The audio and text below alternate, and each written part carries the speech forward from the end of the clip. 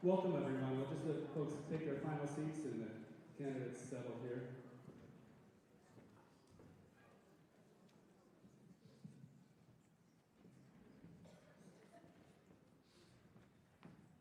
I think they have the magic buttons in the back, so we'll make sure these microphones work here in just a second. But first, I want to thank you all so very much for coming tonight. This is the first Congressional Candidate Forum that Montana Conservation Voters Education Fund has put on. And so this is a big experiment for us, and our goal here is to provide education for the voters. My name is Ben Super, and I'm the relatively new Executive Director of Montana Conservation Voters, and it's my pleasure to be here tonight, and I'm thankful for our staff and board members for being here. Montana Conservation Voters Education Fund is hosting the event tonight in order to provide you, the voter, with the knowledge you need to make an informed choice this election cycle. Montana Conservation Voters Education Fund invited all of the candidates for the 1st Congressional District. I'd like to thank these 4 candidates for putting themselves out there and showing up for you, the voters.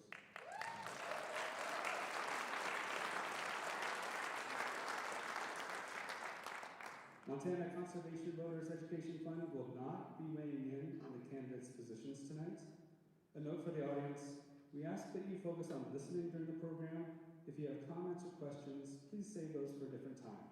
I will be hanging out here afterwards if you have a comment or question for me. The views expressed by the candidates tonight are their own and have not been provided by MCV. That said, I would challenge the candidates tonight to differentiate yourselves. After all, voters will only get to choose one candidate on their ballot for this primary race. Why are you the candidate to best represent this district in Washington? What makes you the best conservation and democracy champion? Please join me in welcoming Bozeman-based reporter Victoria Evis for being our neutral party moderator tonight.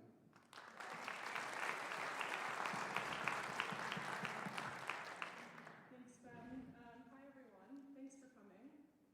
I'm going to make a preemptive note. Just keep audience participation to a minimum, please. If you have something positive to express, please do it once they're done speaking. The way this is going to work is we will start with opening statements from each candidate, 2 minutes each. We will then go on to questions, which will be at least 4 of them, more if we have time, also 2 minutes each. If they go over 2 minutes, which I'm sure they will, we will have a timer go off, which is demonstration and informally cowbell. And that will be, the timer and everything will be managed by MCV's political director, Molly Bell. And I think Mr. Raines, you're closest to me, so take it away. Okay. Well, thank you everyone for coming, and thank you MCV for hosting this. I brought these boots out of retirement for this group. I think they mean something. These boots went to Everest Base Camp. I've been to Kilimanjaro. These boots, I will travel across the Sahara Desert 3 times in a car, not walking. I was chased by an elephant in Burkina Faso. I was attacked by a tiger in India while I was on an elephant. And then these boots I took off because in Madagascar I went scuba diving with the whales to listen to the moms and the calves singing underwater. Took them off in Afghanistan to go skiing down a mountain. 2 hours to walk up to the top, 15 minutes to get your one run down. These boots have been to Israel. They've been to Jerusalem and the West Bank over in Bethlehem. And these boots were with me when I had a gun pointed at my face in Myanmar. I was there just days after the Rohingya had been pushed into concentration camps in Sitwe, and I was taking pictures of destroyed mosques they didn't want the pictures of. So these boots have been through a lot. And this group, I think, understands that you don't have boots like this unless conservation and humanity is at the central core of your soul. The world matters so much to me, and the world is the nature and the people out there in it. And that's why I traveled all over. As a photographer, I was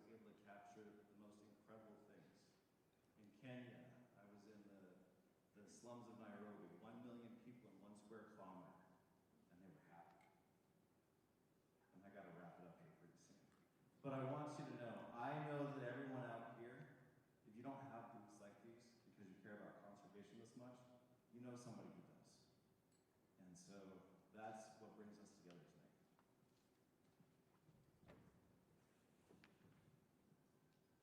Hey y'all, my name is Sam Forstag. I'm running for Congress here in the Western District to try and finally get us some working class representation in Washington, and I've spent the last 8 years working for the United States Forest Service as a wildland firefighter across western Montana, across the west, the last 4, working as a smoke jumper, and the last 2 as a vice president in my union's local, representing about 800 public servants who work their tails off on our public lands. And over the last year and a half or so, we've lost about a quarter of the Forest Service in Montana. And I spent a whole lot of the last year and a half having to fight back against quite literally the richest man in the world, who was put in charge of some immense levers of power and used those to gut a lot of our public lands agencies and to go after public servants.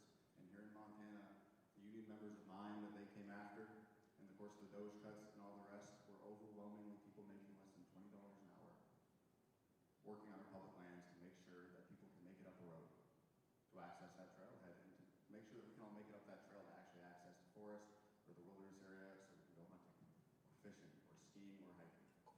And something I'm talking about a lot on the trail here is that our public lands are not just lines on a map. Our public lands are a whole lot of people working their tails off to make sure that we can actually access them. And I'm running on a real basic notion here that you should be able to work one good job still in this state, in this country, and afford housing and health coverage that actually gets you health care when you need it, and child care and retirement you worked your whole life to earn.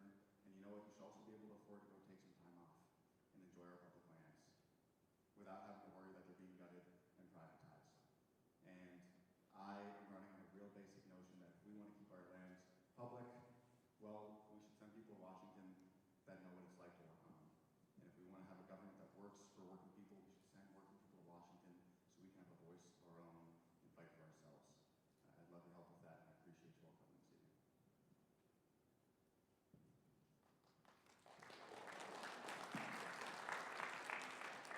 Hi everybody, I'm Ryan Bussey. I want to say thank you to MCV and thank you to everybody here tonight who cares about what makes Montana special.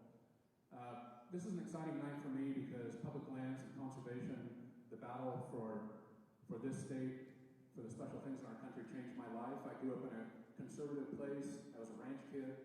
I entered a conservative industry. I worked in the firearms industry for a long time. And I felt a calling to save and to fight for one of the most special places in this state, the Badger II Medicine.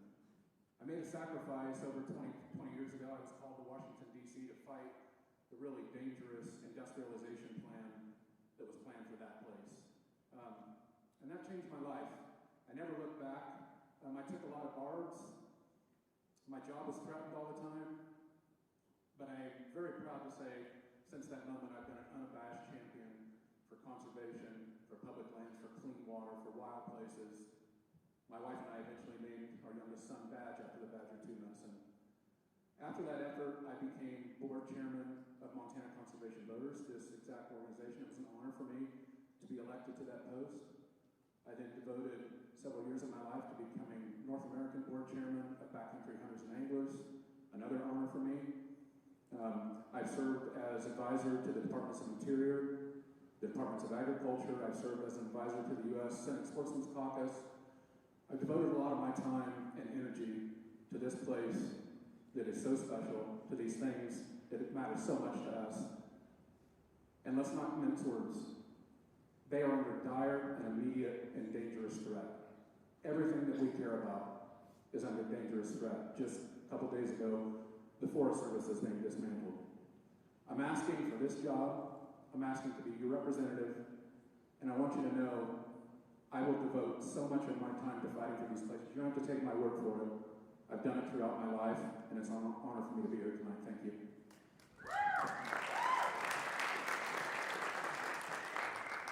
Well, good evening, everyone. My name is Russell Cleveland, running for U.S. House, Montana's 1st Congressional District. I want to thank you for being here as well. you all play a vital role in deciding who the next representative is, not just for you, but for Montana and for our nation in this next chapter. But before you make that decision, I ask you to consider one question. And that is, do we want more of the same? Do you want a representative that's been bought and paid for by corporations and special interests? Do you want a representative who is beholden to anything their party asks or what their endorsers ask them to do or the people that voted them into office? Do you want a representative that struggles to have an original thought of their own without conferring with their consultants first? Do you want a representative who values polling more than their own passion? I am none of those things. And my answer to those questions is no. And I can tell you, in traveling around this state, tomorrow makes 1 year that I've been campaigning for this position. The rest of Montana, their answer is no as well. They want change. And I am the candidate that can bring change to you all. I'm a dad. I'm a coach. I'm a farmer and rancher. I'm a small businessman. But more than anything, I'm a problem solver. And we have a lot of problems to solve. I am the candidate that can win next November. But I can't do it without you all on June 2nd. So I'm here tonight to ask for your vote. Thank you.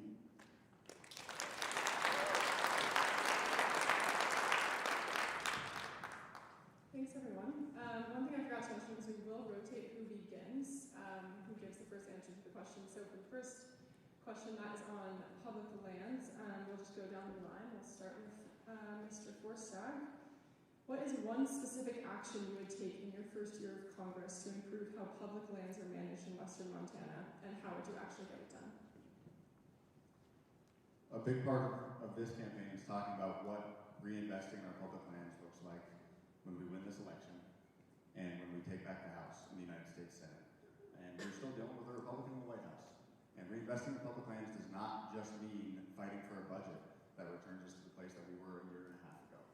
Because, well, a lot of our public lands agencies were understaffed. And a lot of our processes were not as efficient as they could be. And none of those inefficiencies were the people whose jobs they came after in Western Montana over the last year and a half ago. The inefficiencies were things like federal hiring, where a wildland firefighter has to apply for their job 9 months before that fire season starts. If they want to get a job where they might be making $14 an hour risking their life on our public lands. That needs reform. Those efficiencies look like a workman's comp program where, well, if I tear my calf on a wildfire and limp off 3 days later like I did in Washington a few years back, you end up spending a year and a half chasing down that workman's comp claim, going back and forth, spending dozens of man hours that we all pay for as taxpayers just to try to get an injury paid for that would be nothing but common sense. And you know what happens when we have an inefficient system like that? We all pay so much more for so much less. So what I'll be fighting for in this campaign is having a big affirmative vision for how we actually start investing in our public lands in a way that saves us money on the back end and actually makes that land management more effective, to make sure that we are investing in things like active forest management and fuels mitigation, hazardous fuels reductions, so that we are paying people good paying jobs here in Montana to go cut some of those sticks before they are burning into a subdivision or into a house, and before I as a smoke jumper have to call in a large air tanker drop. That's $7,000 a pop to all of us as U.S. taxpayers, because that is the least efficient way for us to manage our forests. We need to be having a discussion about how we invest in our public lands to 2 to 3 times the magnitude of what we've been doing to keep good jobs here, to make our forest management more effective. That's what I'll fight for. You can just go down the line, Mr. Bassero. Look, I'm excited about going to Washington, D.C. I know that might sound strange. It sounds like a broken place. There's a lot of frustrating things that come out of there, but our public lands deserve a champion, a loud, proud champion of our public lands, and I plan to do that. And I plan to do that by standing up and addressing the central core of what's going on. Industry is running roughshod over our public lands. And they're attacking the very core bedrock environmental legislation on which all conservation policy is based. The Clean Water Act, under attack. The Roadless Rule, under attack. The Clean Air Act, under attack. The wilderness study areas in this state, under attack. This is happening because we are kowtowing to big industry. The largest corporations on the planet are pushing this policy. We need somebody in Washington, D.C. to represent you, to represent my kids, to represent the people who love these places. The big corporate bosses, they have lots of representation. They have lobbyists, they have attorneys, they have all kinds of money to pay for all of this influence. I'm excited to influence Congress for us, for these places, and I plan on doing it by addressing the core of the problem, and that is big industry and the attack on our bedrock environmental laws.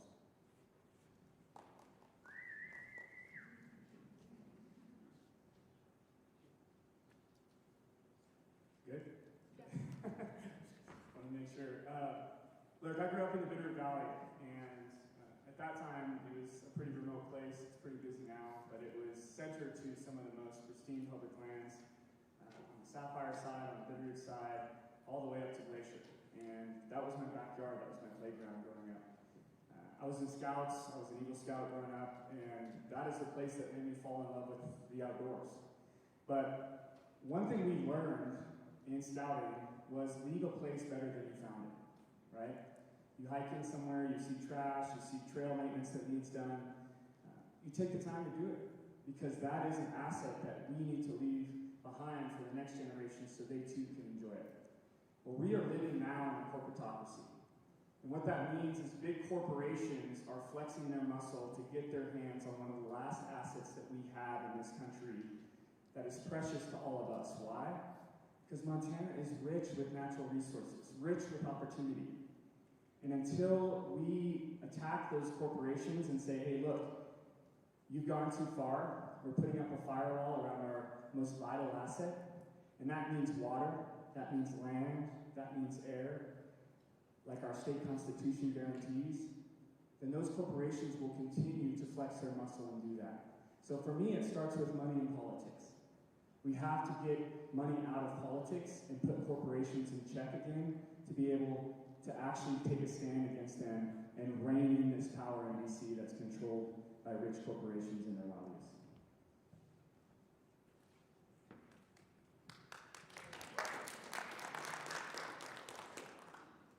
So, my background, my great-great-grandmother pioneered in Montana in the 1860s, 1866. Montana runs deep in my DNA. And our public lands are the core essence of who we are.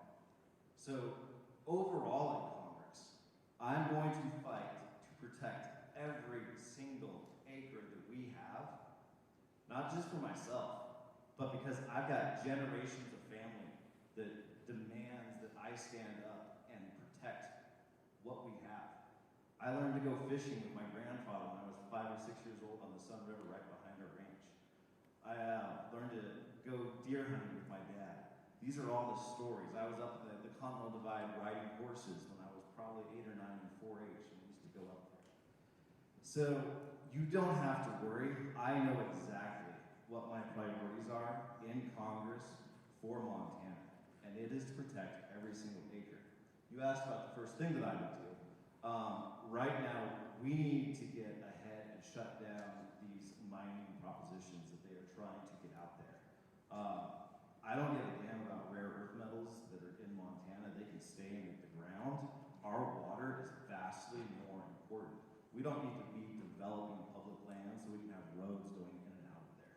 We have to put a stop to that ASAP because once we start going down that path, you can't bring nature back.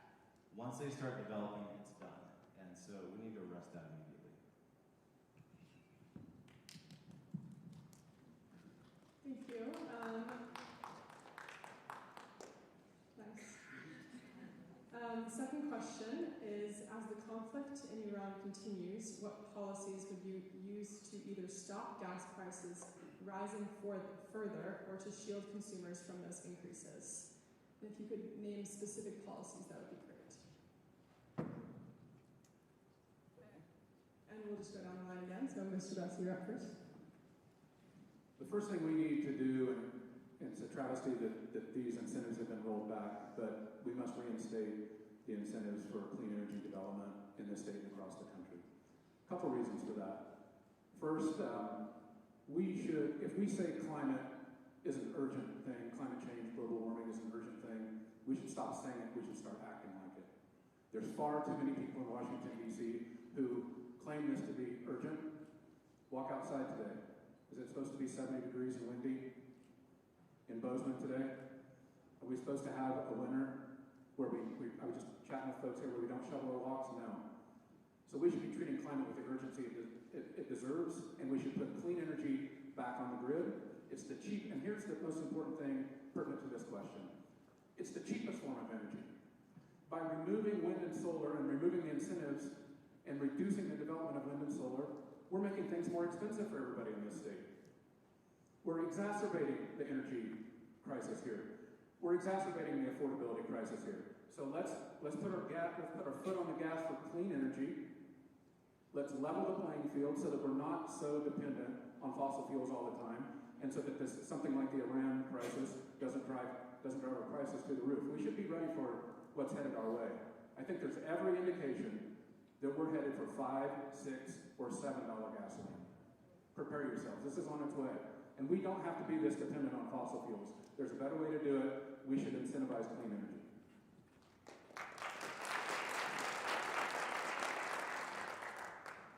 2 words. 25th Amendment. That would be a great place to start. One man decided to force us into a place that we should have never been. That's putting the entire world, not just the United States, the entire world in a petroleum crisis. But I think the one good thing that we can take out of this is realizing how dependent we are on oil. And here's the kicker is there's every opportunity to not be.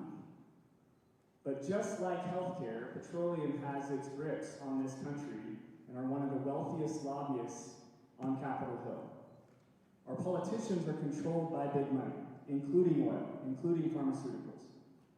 And so if we want to see real change so that we can invest in renewable energy, like Mr. Bussey said, which is a vibrant opportunity here in Montana, not just for the energy sector, but for jobs, something that Montanans desperately need, we realistically have to approach this through the problem to find the solution, which is who is actually representing us in DC? And do they care about investing in these programs, or do they care about enriching themselves? Like Ryan Zinke did, lobbying for ConocoPhillips, entering Congress with $1.6 million in personal wealth, and growing that to $40 million in less than 10 years. That is what we are facing, folks. Renewable energy is the answer. But to get there, we have to get representation that is not influenced by this type of money in DC.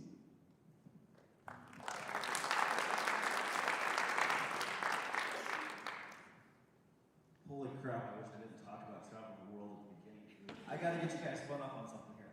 So, first of all, you talked about Iran. I went to West Point. I served in the military. I was in Iraq. So, in terms of in Congress, being there and being valuable from Montana, doing some good in Congress, my background and experience is vital to help get us on a path that gets us out of the shit show that we're in right now. Plus, so after I had my West Point engineering degree, I traveled, was about 10 years old, figured I should go back to the United States and put it to use. I took a job inspecting power plants. So I traveled the country, it was coal and gas plants. I took the job because I wanted to use my engineering degree, I wanted to do something in energy, and I was hoping to go back international. I had an opportunity, and so those 4 years allowed me to get to understand how our national grid works, and the inputs, and where the value is. And one of the coolest things that we noticed, I was kind of based out of the center of the country, renewables started taking over the base load of all of the energy production in the Midwest. And that was not expected by any of the coal and gas companies out there. There was so much consistent production by renewables that actually coal plants had to start fluctuating to just take the oscillations. So our renewable setup is amazing, and we need to keep investing, keep the gas pedal down. Montana has so much wind. We're second in the nation for wind production. We need to capitalize on that. And then looking at the COP30 summit and the Paris Accords, we have to get back in there. So in Congress, that will be a priority to make sure that we flip this seat and we make sure the United States gets back in being a leader in climate change and making sure that we fix and we make the rest of the world step up, which they're doing and we're not.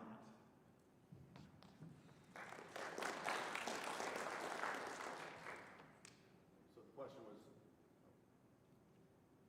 hello? Yeah, what would I do to address skyrocketing gas prices, right? Well, this morning a whole lot of us woke up to read a tweet from the President of the United States threatening annihilation of an entire civilization.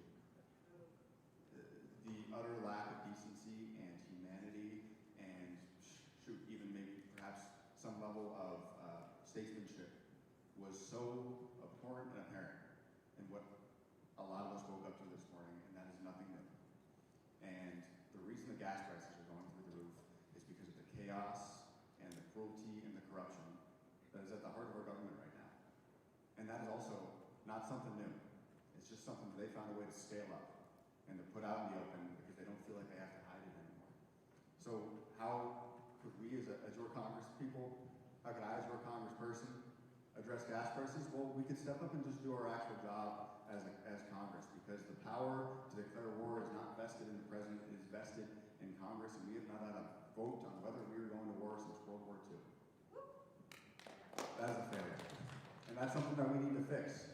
And we need a Congress that is willing to step up and not have too much cowardice to buck the President no matter what party they are from, because I would offer that leadership in both parties have failed one time or another to stand up for working people who bear the brunt of it when gas prices go through the roof, who bear the brunt of it when those gas prices propagate into what we are seeing in the grocery store, into all of the goods that we are paying for, and who bear the brunt of it when we go through a budget shortfall in a place like Montana, they've got what public services working people still have available to us.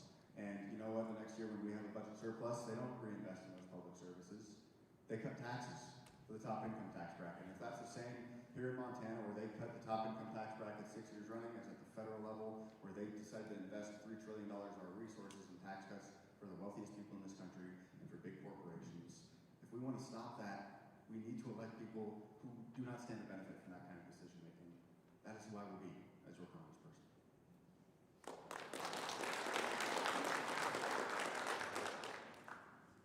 Okay, for the third question, we're going to bring it back to Montana, specifically here. Data center proposals are proliferating across Montana. As a freshman member of Congress, how would you balance the opportunity for union jobs and the impact to Montana's environment and its communities? Please give specific examples. Yeah, great question. This is top of mind for most Montanans. I think we're at a time where we are feeling the pressure, feeling the squeeze from big tech that wants to push in data centers at the expense of our environment here in Montana. Why? We're right for the picket in terms of perfect conditions here. However, we have a state constitution that is in place to protect us from the very things that these data centers, if not done correctly, would violate. So for me, it's pretty simple. Transparency. We have to demand transparency at every level. I've been to these data center meetings, the last one was in Bonner, where they'll give the canned answer of, hey, we got the right type of power, we've got the right type of cooling, we're going to use the right type of labor, but they won't give specifics. They won't give schematics because it's proprietary information. And so for me, there needs to be a moratorium in place, a pause, until they're willing to provide those specifics, even if it's a private company, to guarantee that our rights and our Constitution aren't violated as Montanans, then they don't have a right to build. It's that simple to me. And then, once they do prove that, I think it's Montana union labor that we should put first, because Montanans deserve those jobs, but not unless they could check those first three boxes on cooling, power generation, and sound production to protect Montana's environment and the people who live here.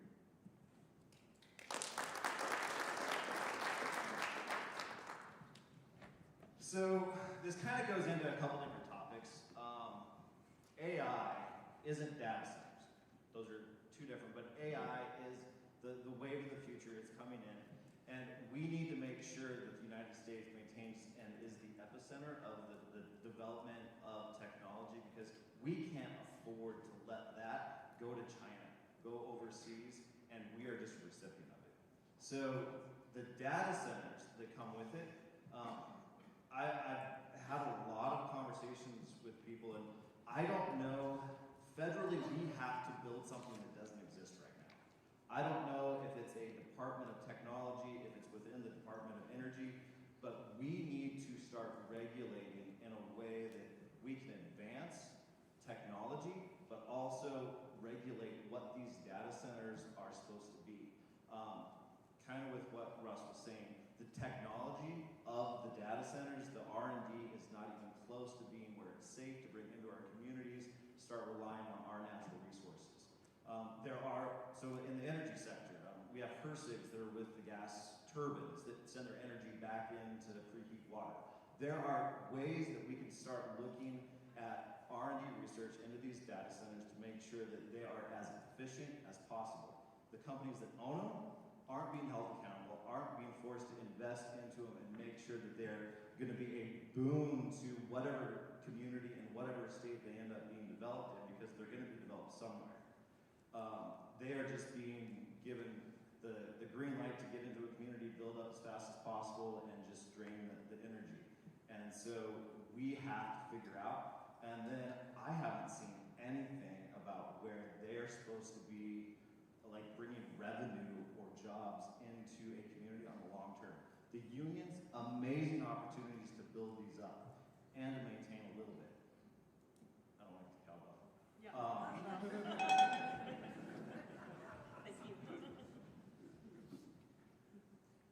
So data centers and artificial intelligence companies want to come and develop in our country, in our state. We should have 3 strict requirements at the federal level, because we cannot just leave this to the states, or else we end up in the same race to the bottom that corporations try to force us into in all sorts of sectors. These data centers, well, there's $4 trillion in projected spending this year alone, just on data centers. That in a country where I just came from a mobile home lot, where I was hearing a woman tell me that she's spending 85% of her money out of her Social Security check every month just to keep a roof over her head. That is an embarrassment of riches that we are living through. And if they want to come and develop in our country, whatever state they're in, they should be required federally to produce all of their own power. They should be required to use the most modern cooling systems, air cooling systems that are maximally water efficient, and they should be required to use union labor. And if they meet all of those 3 things, well, then we can have a conversation. But more importantly, is what I feel like nobody is talking about when it comes to these, which is the industry that is driving these data centers. Artificial intelligence is perhaps the biggest existential threat to our economy, to working people. It is the technology that has the biggest potential to further consolidate immense, terrifying amounts of power in the hands of even fewer than we have right now. And meanwhile, our Congress, the executive branch, has not done anything to regulate, to create oversight of this industry. If anything, actually, they have an executive order preventing states from regulating artificial intelligence. We need a Congress today, yesterday, that is ready to create strict, stringent oversight and regulation of artificial intelligence companies. This is not something that we have 5 or 6 years to wait on. This is something that we need to get our arms around right now. And what that regulation should look like is making sure that we are not leaving this technology to a few corporate executives, that we have some sort of public control over these things, and that we have some way to conduct oversight and make sure that these companies cannot take this country over.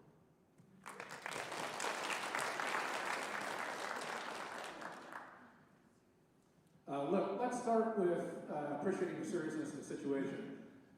The current data center plan outside of Billings and Broadview, 5,100 acres, 5,000 acres, will take more energy than all the residential customers in this state combined, 1 data center. There's discussions for up to 11 data centers in this state. What do you think is going to happen to your electricity rates? What do you think is going to happen to your water quality? Look, Montana has a unique history with regards to corporate influence, corporate greed, the damage it's done to our state, The modern labor movement was built here, was born here, because of those abuses. I think we've learned not to take corporations' word when they make promises about things like, we will not degrade the water. Okay? Let's have a federal law that ensures that. We will not drive up your electricity rates. Okay? Let's have a federal law that ensures that. Citizens United says that corporations are people. I don't buy that. I think we should trust and verify about 40 times before we give up our state to this sort of dangerous development. Look, these are tech trillionaires who want to take your intelligence, your water, your electricity, package it back up, sell it to you to take your jobs with the product. Let's be careful about how we wade into this, okay? Let's stand up for the citizens, not the big corporate influence. We need leadership in D.C. that does that and does it now and does it urgently.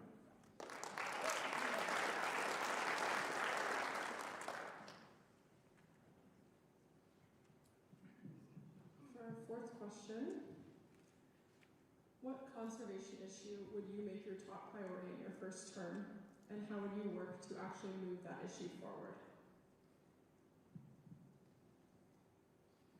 I mean, I think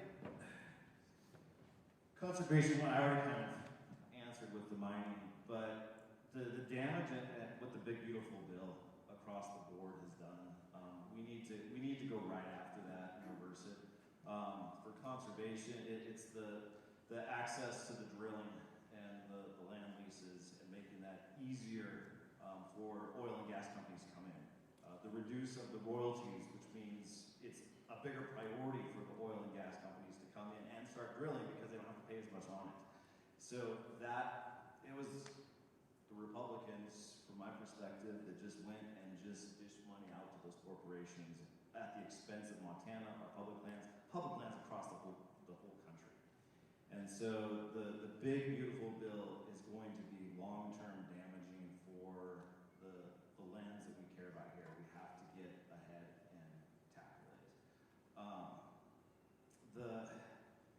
The urgency of just getting in there. I don't think I can stress enough that it doesn't matter what we say up here if we don't get elected in the general election. And so I want to make sure that everyone in here understands that this is a red state, this is a red district. We have to make sure that we win the general. And I got into this race because, like I said, Montana, near and dear to who I am, goes back generations, and I'm here to fight, and it scares the shit out of me, everything that's going on. I got in a year ago, or not a year, last summer, when Ryan Zinke was still in it. And after the damage that he did in the Department of Interior, there was no way that I was going to sit on the sidelines knowing that what we need to win this election is somebody that can go across the political spectrum.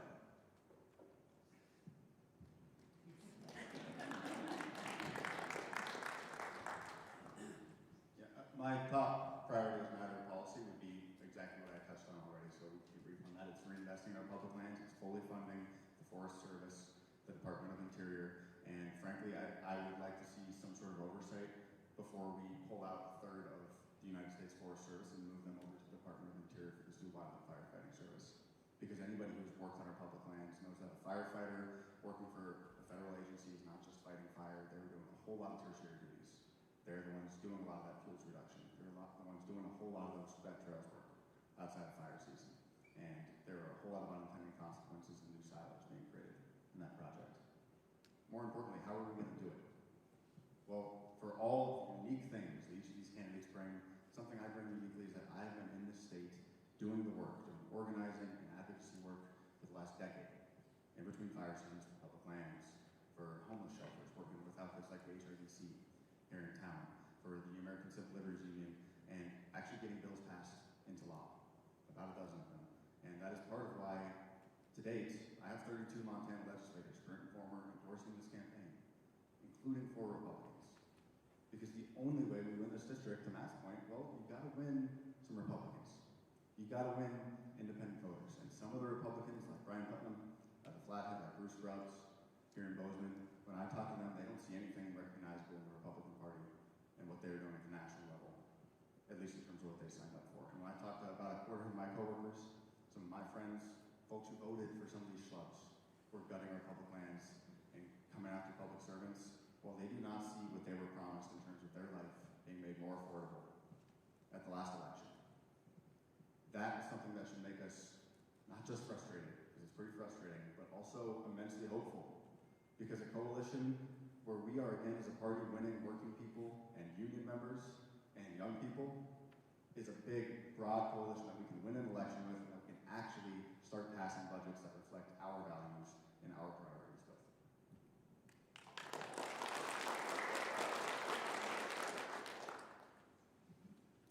I've spent more than 20 years devoting my life to thinking about what I might do if I get to answer this question and go to Washington, D.C. and fight for public lands and conservation. There's a lot of offensive, aggressive things that we would love to do. I'd love to pass corner crossing. I'd love to see our public lands and our system of conservation be adjusted for inflation, just like everything else. Why do we deal with less and less and less of it instead of fighting for more and improving it, right? Why do we have fewer clean rivers instead of more clean rivers? And that brings me to the reality of the situation. The truth is that in Washington, D.C., over the next couple of years, the largest battle in front of us is stopping the degradation and destruction that is underway right now. It's frightening, it's real, it's aggressive, it's fast. I'm giving you 2 examples here in the state of Montana. By instituting this fast-track policy on mining, which removes the federal oversight and environmental regulations that you fought for, that your representatives placed in law in Congress, we may deal with a disastrous mine in the Bitterroot, the Sheep Creek mine, that may be jammed through without that environmental regulation, without those reviews. We have to stop that. Because they're not making any more Bitterroot rivers. They're not making any more Blackfoot rivers. A mine that we fought back in 1994 is back on the planning stages. A gold mine literally on the banks of the Flathead River, 1,200 acres, 600 feet deep, literally on the banks of the Blackfoot River. We have to stop that. We have to have somebody in D.C. who's fought for it, who has street cred, who has devoted their life to doing this. I'm passionate about this. This place changed me. It's changed my kids. And I want to go to D.C. and fight for it.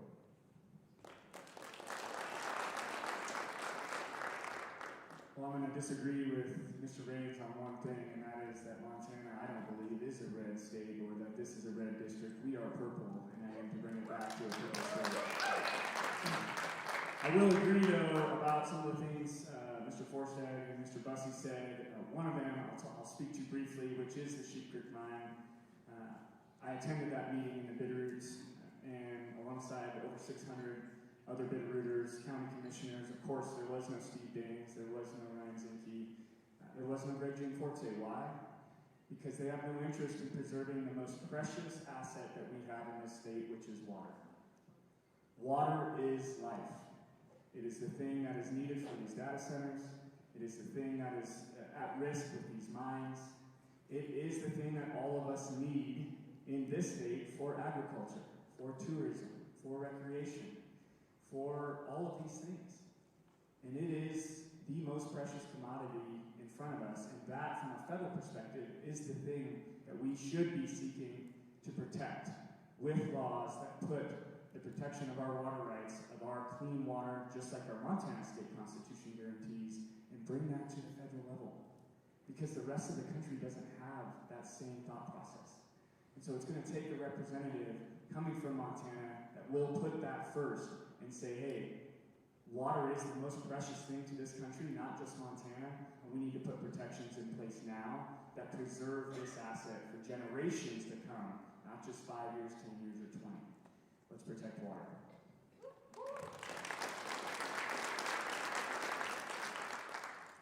We're making good time here, so we're going to do 2 more questions, I think, then go on to closing statements. The 5th one is, do you believe American democracy is under threat?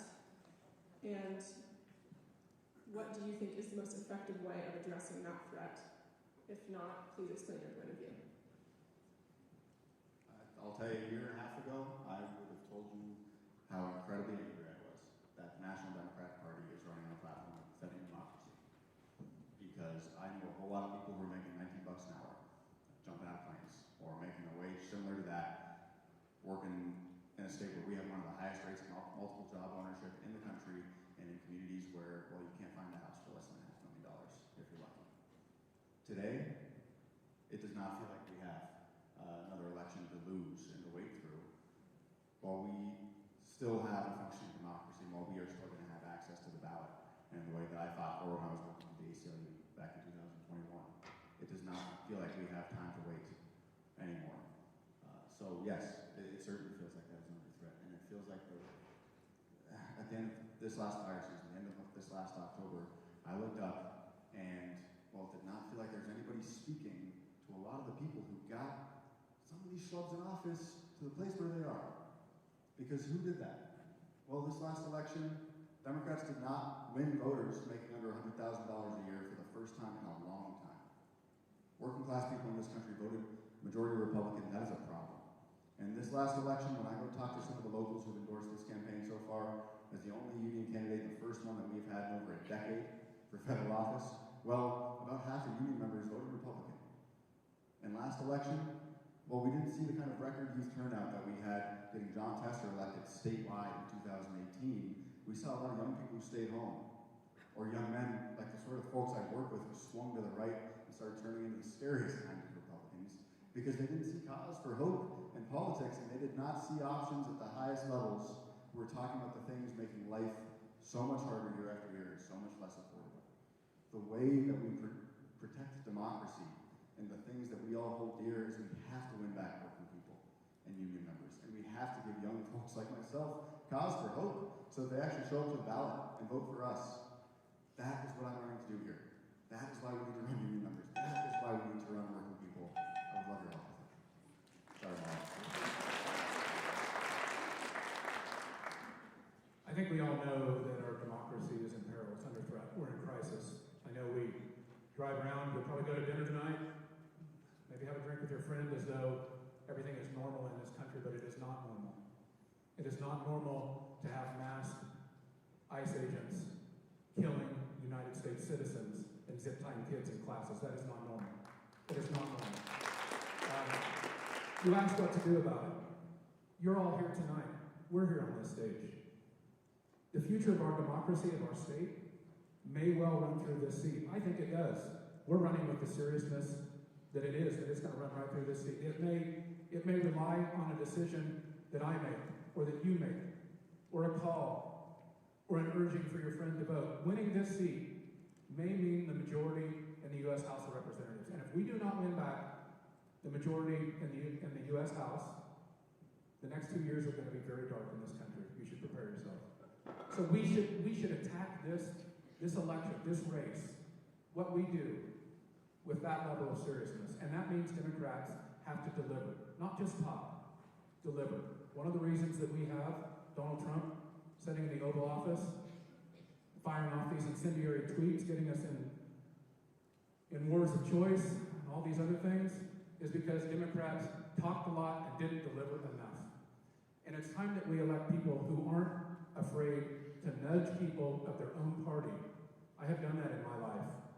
It's a tough thing to do, to try to nudge people in your own tribe to be better, but we have to do that. If we don't do that, if we don't win this election and then deliver big things like universal health care, like fixing public lands, like stopping this destruction, like delivering real help for people who can't afford to live here, then our democracy is going to be further in peril. So I hope you join us. It's a serious situation. We have to win this. I appreciate your help. Thank you. To answer the question, yes, our democracy is under threat. However, I offer you a little hope. We could use that right now. A star burns brightest right before it burns out. And that's how I view this administration. Grasping for straws, grasping for power, grasping for anything they can, because the public is moving a different direction. We're seeing it across the country. And this seat is a perfect example of that. But to do it, we have to cut ties with dark money. And I'm so happy that we have the Montana Plan out for signature right now. A unique ballot initiative that has found a way to backdoor Citizens United and get dark money out of politics. That is the answer, is saying no more. No more. We, the people, are taking the power back. And if we want to restore our democracy, that's where it starts. So if you haven't signed that initiative, please do. But also please support my campaign. I'm individual contributions only, because I also think we have to start electing people who are willing to cut ties with that same money.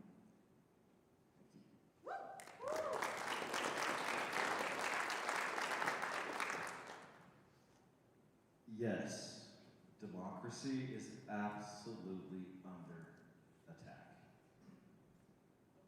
I lost friends in Iraq and Afghanistan. My team leader at West Point, he was died by an IED. He was actually from Billings and moved to some prairie, and we just have to be linked up. We've lost so many soldiers in the wars in Iraq and Afghanistan, and we don't know why the hell we're in Iran right now. It is a ploy that, I don't know, to get us to stop talking about the Epstein files or distract us on something else. Like, the shit has to stop. This administration is out of control, and they just use smoke and mirrors and smoke and mirrors and smoke and mirrors to distract. They're not going to stop. They've got 3 more years. We have to flip the seat in the House. I got into this race, duty on the country. That is the West Point motto. I would rather be riding horses right now, to be honest. I was working at Montana Farmers Union. We were doing some great stuff for the state of Montana. I couldn't sit on the sidelines because in the last 45 years, John Tester is the only Democrat who has won an open or contested race. In 45 years at the federal level, we put 28 other Democrats up, and we have 1 data point of what works. John Tester did. And so I got into this race because I feel that I am the closest thing that Democrats have, and holy shit, we have to do this.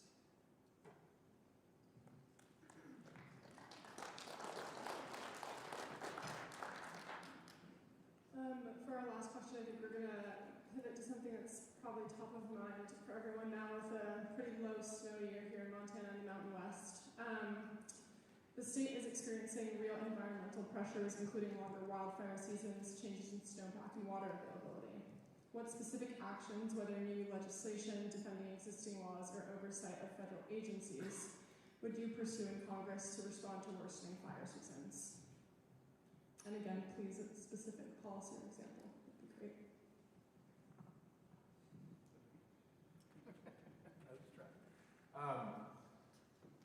Taking action is something that comes natural to my family.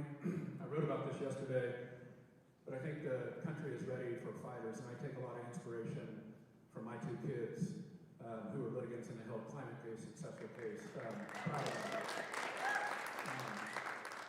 I think I owe it to them, I owe it to all of you to treat, I was just speaking to the UN Climate Club last night. 40 kids showed up, incredible students. I mean, if we can get the future to them, we're in pretty good hands with those kids. But we got to do our part now. I'll go back to the renewables, the incentives for renewables, treating this with the seriousness it deserves. We must transition to renewable energy sources as fast as we possibly can. The fossil fuel industry has had 120 years of our incentives, of us building roads and building pipelines and providing taxpayer-funded infrastructure for the fossil fuel industry. Renewables have a lot of catching up to do. I'm tired of hearing this, oh gosh, we don't want to pick winners and losers. We have picked the winner. It's time we level the playing field for our kids. I mean, this winter, I live in Kalispell. We shovel our walk 2 or 3 or 4 times. In a normal winter, we do it 2 or 3 or 4 times a day. The Flathead River system was on hoot owl restrictions for the first time in recorded history. My kids noticed that. Our tourism industry notices that. This is real. So we have to step on the gas, so to speak. Get renewables reinstated. We have to put those incentives back in place, and we need to do it like we mean it.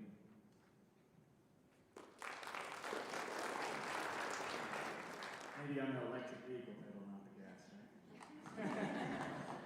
No, look, I think pretty simple. How about we fund forest management, including firefighting, and not forever wars? I mean, that's really what it comes down to. Our priorities are backwards in this country.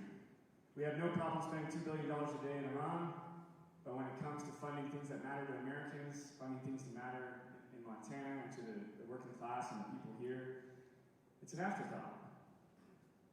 We cannot lead in that way any longer. We have to truly put Americans first. This America First strategy that the Trump administration has come up with is really corporations first. Right?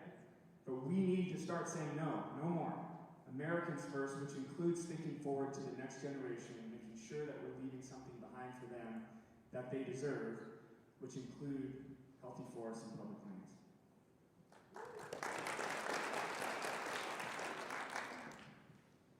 Yeah, healthy forests, healthy public lands, healthy Montana. We're getting hit from every different direction. All industries are feeling it.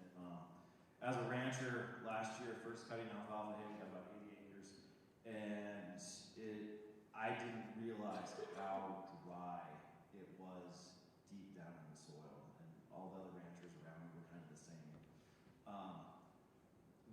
This drought, and then I was up at Libby last year in December when the floods came through and just decimated their snowpack. That was the biggest fear that they had, was the temperatures were so warm, they had some snowpack up there, and then that rain came in, and that's what caused those insane floods that wiped out all those bridges. Things are out of control in every way, shape, or form. Our priorities are completely backwards. I just talked about this administration. They don't give a damn about the country. They don't give a damn about the future. That's what we're in here for. We're all running because it's the next generation. We're placeholders. We're here to just keep it on the right track. But it's the future Montanans, and I don't care if it's 5 years, 20 years, 50 years from now. I want them to experience the Montana I grew up in, and I miss it so much. It's from every corner of the state. We can get there, but we need to focus and reverse what's going on right now. And federally, we have to get checks and balances back in the federal government. That is the biggest attack, whether it's the judicial system, Congress just sitting on its laurels and not doing anything. All 4 of our representatives right now are just puppets doing whatever Trump tells them to do. We have to stop that.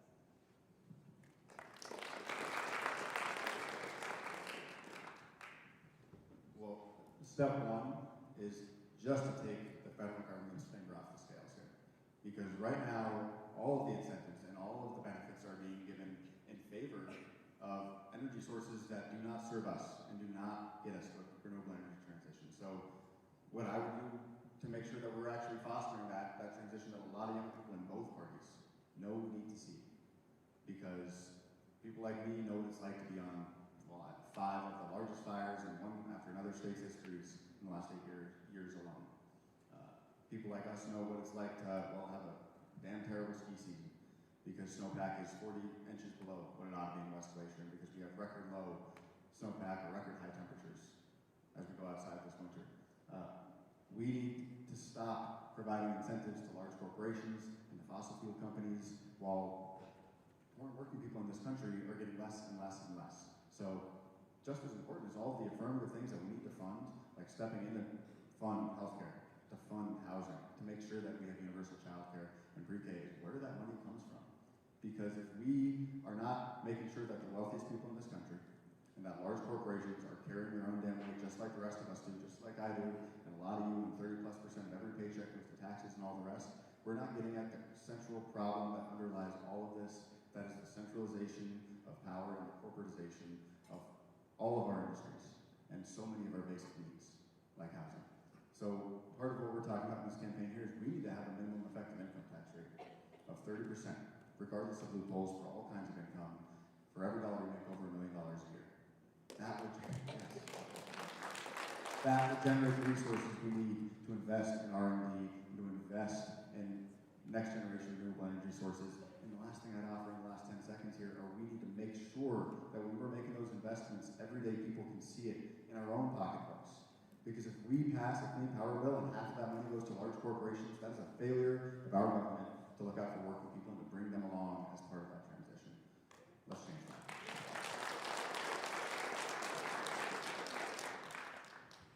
Okay, well that concludes the questions. We've made great time. So we will do closing statements, 2 minutes each again, and we can start from the other side. Mr. Cleveland, if you would like to begin.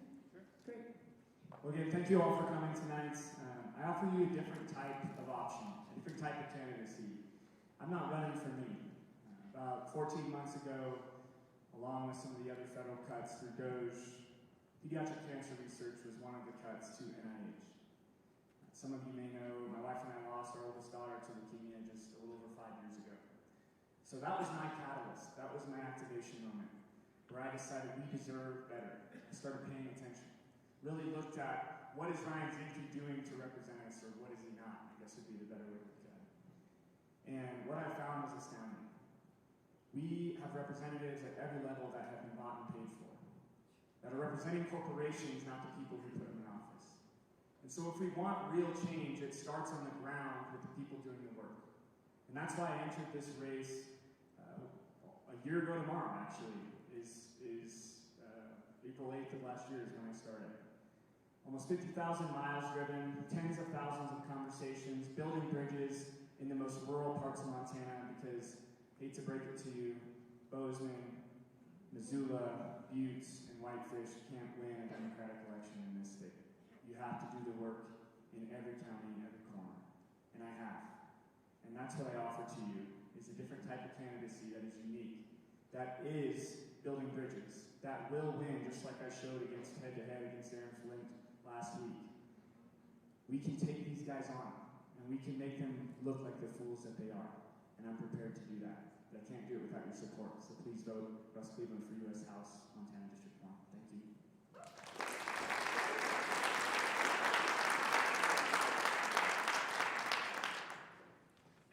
I first want to acknowledge, I see so many of you who are supporters of me in our campaign when I ran for governor. Thank you, that means a lot. I stepped up and ran against Greg Gianforte because it was something that had to be done. We campaigned hard. We held 187 in-person events. We went all over the state. And newsflash, that was a tough year to run as a Democrat.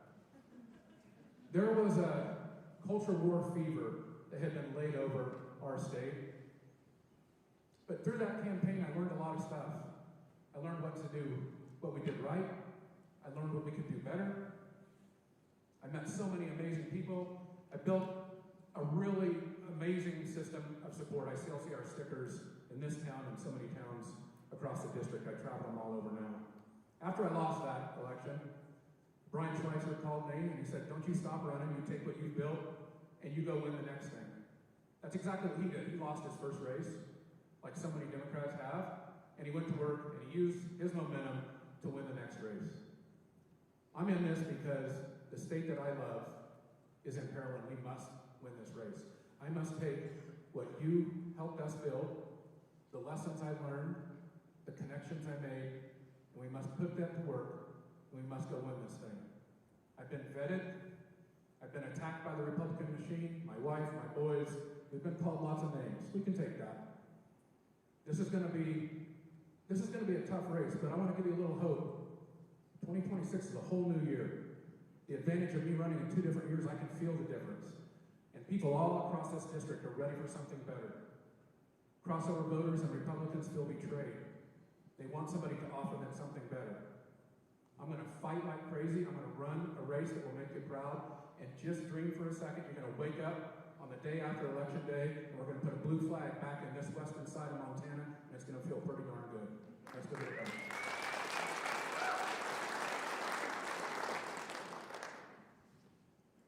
So I've said before, and I'll say again, the fact that we've got 4 great candidates running all across western Montana, getting people excited to be Democrats and to vote, bless you, is something that I'll be cause for hope for all of us, because that's exactly what it is.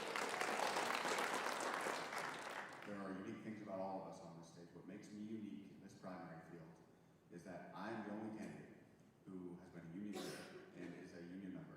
And in a state where, like Ryan mentioned earlier, we have some of the richest, deepest labor history in the country, where modern unionism was born in Butte, Montana, we have not had a union member as a major party nominee in over a decade.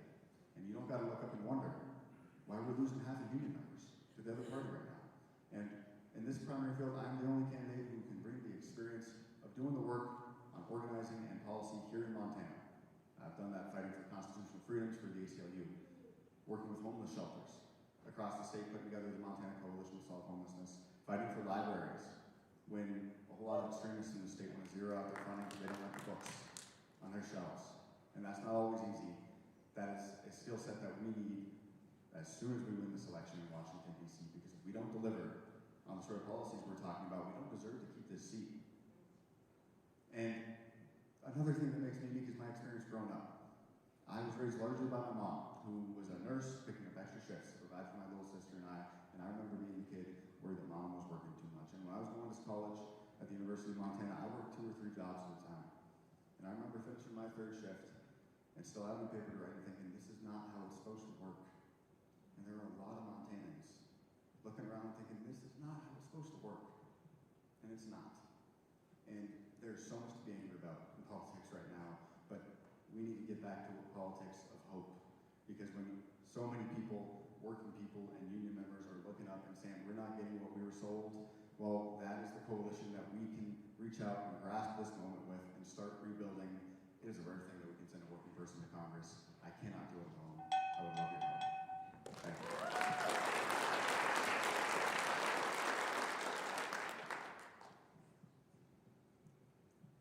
What is it about conservation that brings us all together? When you go up in the mountains and you stop by the waterfall, you get to a summit, it's the experience. You can't capture with a photograph, we've all tried. You can't capture the sand, you can't come back down, you can't tell that story. Standing there, being there in the moment is what makes it so precious. Experience is the core of what makes the difference between somebody who can achieve, who can go that extra mile, who knows and understands reality, is looked to for experience and knowledge, what people seek out. It's not, when you have people that are book read and have heard stories or told stories, it's so much different than when you've stood there and you've had that experience and you've seen firsthand and felt it inside. I've earned my stripes the hard way. For 45 years, I've lived my life, not to run for Congress, I just lived my life. But I grew up as a rancher. Kid on the ranch, working hard out every day. Went to West Point, served, I flew Blackhawks, I was in Iraq, I was an Army captain. I traveled the world like we talked about. I've lived in about every culture and religion out there. I came back. I wanted to know about energy, and the only way for me to do it was to learn firsthand, get my hands dirty, roll around in fly actions, come out. The only way to grow and build yourself is through firsthand experience. And so, coming back to the family ranch, I know that I have prepared and built myself to run, to represent the state of Montana. And I am excited. I know we can do it. I know I've got the background to flip this seat from red to blue. And thank you very much. I am Matt Rains. Please vote and support the